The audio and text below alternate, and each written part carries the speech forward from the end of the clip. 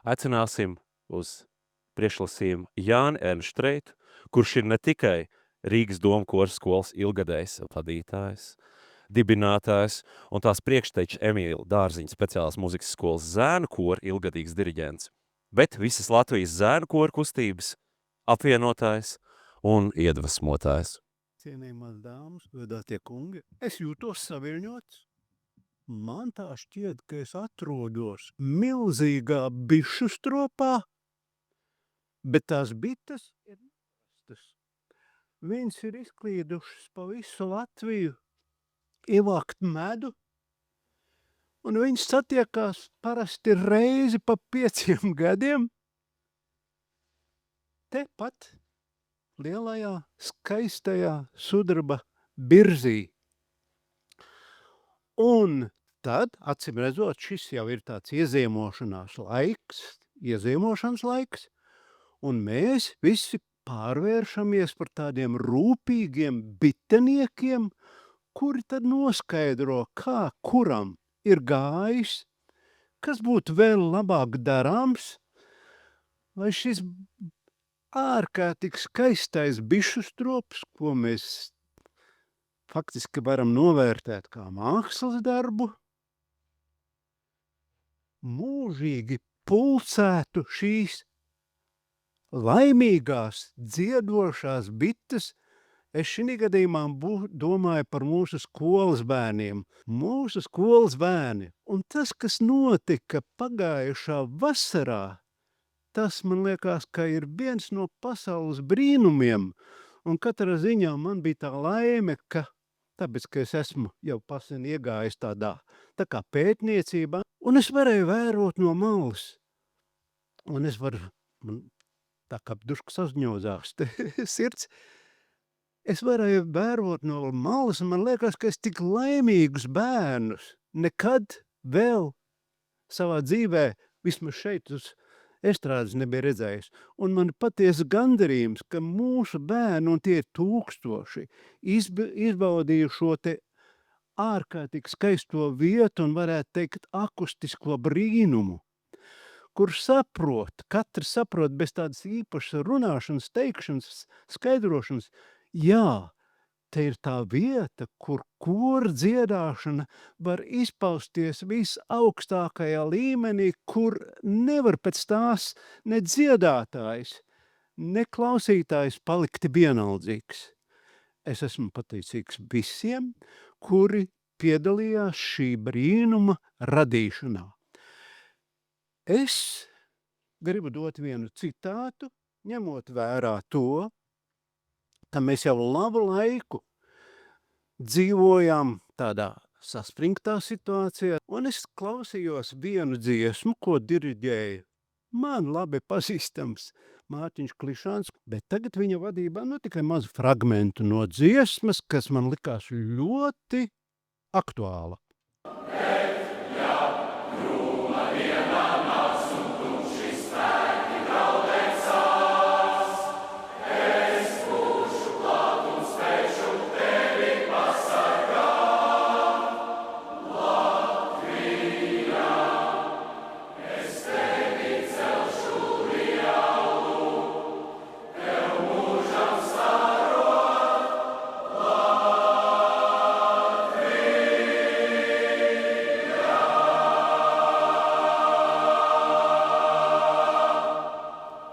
Vai kādam ir vēlme noliekt akapella dziedāšanas spēku īpaši šajā te brīnišķīgajā estrādē?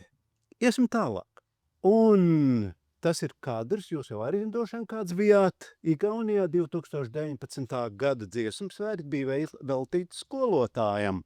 Nu lūk, Igauņi nekautrējās viņu saukt par savu skolotāju. Mēs arī. Vai jūs varat iedomāties kādus lielos dziesmu svētkus bez Ciemzes tautas dziesmu apdarēm? Un faktiski pirmie dziesmu svētki pateicoties viņa un brāļa Dāvja tautas dziesmu apdarēm. Mēs pirms dziesmu svētkiem pamanījām, ka parādījās tādas runas. Vai viss nav par grūtu vai mēs pārāk bērniem neuzliekam lielas prasības? Paldies Dievam, tas nenāca tik daudz no koristiem, kā no deju kolektīviem, un es domāju, ka viņi paši labi ar to tiks galā, jo es personīgi nevaru iedomāties, ka mēs varētu kaut kādā veidā savas prasības mazināt. Ja jūs gribat vairāk par šo lielo skolotāju, kurš devis Vidzemei visu to pamata bāzi, viņš pats savā semināristu sagatavošanas plānā vēl 1839. gadā ielika tādus vārdus, kā jūs paspējāt izlasīt. Šis teiciens arī pieder Jānim Cimzem. Cimze ne tikai runāja, bet arī daudz darīja. Un tā viņa viens no audzēkņiem, dikļu mācītājs, tobrīd jau Juris Neikens, kā jūs zinat, viņš lika pamatus lielo dziesmu svētku vēsturei Dikļos, bet viņš ir arī ļoti interesants visu Vidzemes novadu dziesmu dienu aprakstītājs. Un cita starpā viņš apraksta arī slavenos Lazdonas dziesmu svētkus, pateicoties mācītāja Gulekas, Rudolfa Gulekas, un Cimzieša Pētersona sadarbībai. Un lūk, pateicoties Airai, pagājušā gadā tappa filma par dziesmu avotiem Lazdonā. Es nāku no Kurzemes. Un tad man bez šaubām vajadzēja ļoti rūpīgi ieskatīties Kurzemē.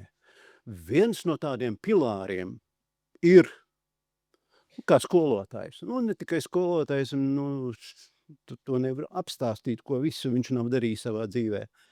Bet viņu es izvēlējos Ernestu Dinsbergu tāpēc, lai iedvesmotu jaunos skolotājus, kuri tagad daudzos brīžos nolaiž rokas. Bet viņš gribēja piekļūt pie mācītāja bibliotekas, kas bija ļoti plaša un bagāta, tā skaitā ar latviešu grāmatām. Un es gribu sacīt, ka pat Dundagā un visur nemaz nerunājot par Guleki, Vidzemē, visi mācītāji, es varētu teikt, cik man ir zināms, perfekti runāja latviešu valodā un sapratās latviešu valodā. Viņš bija arī pirmais no tiem Kurzemes skolotājiem, kas vēl līdzīgi kā Cimze gribēja pulsēt skolotājus uz domu apmaiņu, lai viņi nenoslīgtu savās vientuļās domās, bet lai viņi uzzinātu vienmēr kaut ko jaunu. Viņš izvēlās Beethovena 9. simfonijas fināla kora Šildara tekstu Oda priekam un rada speciāli šim te 1859. gadā, bet pielietojums būs tikai 1870. gadā, kad viņš Popē sapulcē pirmo skolotājus, un tie ir veseli 13 gabalu un 5 mācītāji. Iespējams, ka viņi dziedāt to nenodziedāja, bet mācēja uz klavērēm nospēlēt, lai dabūtu pareizos uzsvars un tā tālāk. Jūs varēsiet pie sevis padungāt.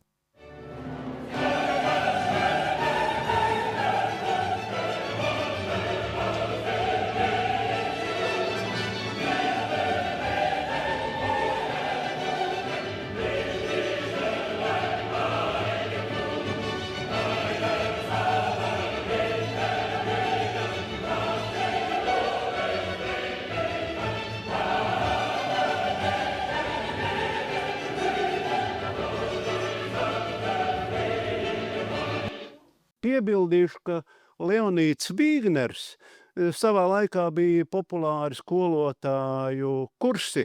Savā laikā bija LPSR skolotāju koris, ko būtībā vadīja Leonīds Vīgners. Un mēs arī iestudējām gan lācu valodā arī 9. simfonijas finālu, tas bija apmēram 61. gadā. Reizēm, man liekas, ka bija pie 200 sanāca uz tiem kursiem, un visiem vajadzēja arī dziedāt. Un kārtīgi mācīja pa balsiem tā tālāk. Un šis te koris apmainījās ar igauņu, eisti kori, juhtige segakoru, kā vēl šodien atceros, ko vadīja savukārt Ernesaks. Mēs kaut kādā veidā, es esmu padomu laika bērns, Un saprotiet, tie vecākie kolēģi, kuri bija pieredzējuši vēl iepriekšējos laikus, tā saucamos buržāziskos laikus, viņi klusēja un baidījās runāt par tiem cilvēkiem, kas kaut kādā veidā bija cietuši no režīma. Nevarētu sacīt, ka Jānis Milzerājs, kā Latvijas jaunatnes sarkanā krusta bērnu kora izveidotājs 1925. gadā, tika ārkārtīgi iespaidots, bet tomēr, iedomājieties, viņš izveido paraugu kori, kuru pēc 15. gada jubilejas koncerta padomu varai ienākot, tobrīd uz neīsu brīdi, tā saucamajā baigajā vasarā, viņš saņem jau iepriekš bijis Milzerāja kungs, viņš saņem vēstuli jau kā biedri Milzerāja. Jums ir jāpārņem Pionieru pils kori, ejiet pie Pionieru pils direktoras, iekavās. Viņa latviski nerunā. Tā sarunāšana bija tāda, ka viņam bija jāsagatavo bērnu koris, Pionieru pils koris kultūras dekādei Maskavā. Ir Latvijas skolas, precīzāk Rīgas pamatskolu 10 gadu jubilejā. Viņš jau ir tik populārs un labi pārzina situāciju Rīgas skolās, ka nolēma atzīmēt uz operas skatuves Latvijas pamatskolu 10 gadu jubileju. Centrā stāv Jānis Milzerājs, viņš ir viens no 3 diriģentiem, bet visās recenzijās viņš tiek novērtēts kā pats spožākais. Kopā ar Paulu Līcīti. Jākaps Graubiņš un daudz citi šo koncertu novērtē ļoti augstu, tāpat kā Jāņa Milzerāja kora recenzijas ir vienkārši apskaužami spīdošas. Galvenokārt viņš savā repertuārā izmantoja latviešu tautas dziesmu apdares un latviešu komponistu oriģinālu dziesmas. Es esmu izsekojis grāmatā, Ausakļa dziesmas uz skolu pārtapšanu dziesmā. Viņu ir savāds Kārlis Baumans, kurš jau, kā jūs zinat, dzīvo jau Pēterburgā un strādāja, Cimzietis citu starpā, un viņi satikās dziesmu svētkos pirmajos. Auseklim bija iznākusi dzeju grāmata. Baumaņa Kārlis mēdza ļoti spontāni visu lemt un uzrakstīt. Un tā 1877. gadā jau viņi kopā ir uztaisījuši manuskriptu ar 3-daļīgā krājumā, kurš ir pieejams Latvijas Nacionālā bibliotēkā, retumu krājumos, bet te ir arī pirmoreiz oriģināla kompozīcija uz skolu. Pirmais, kas pamana, ka tas teksts ir tāds tautiski vīgs, pamana Jurjāno Andrejs, kurš tobrīd dzīvo Harkivā. Un viņš sajūt, ka tas teksts labi paiet apakšā latviešu tautas dziesmai dziedāja tautu tīrumā. Viņš ir pirmais, kas izveido apdari. Pēc 7 gadus vēlāk, 1897. gadā, Vītols pamana, izveido mazlietiņ ērtāku balsvedību. Kā jūs zinat, Vītolam katra balss ir ļoti labi izdziedama, melodiska. Un iznāca Vītola krājums. Dziesmu svētkos viņa parādījās pirmoreiz 72. gadā, un tad viņa nosauca tā. Šis faktiski ir tas pareizais variants uz skolu latviešu tautas dziesma, Vītola apdarē Ausakļa vārdi. Tas mans novēlējums būtu, ka mums noteikti vajadzētu šo jautājumu tā kā pacelt un izdomāt, vai mēs nebūtu spējīgi viņu atkal atjaunot. Un nobeigumā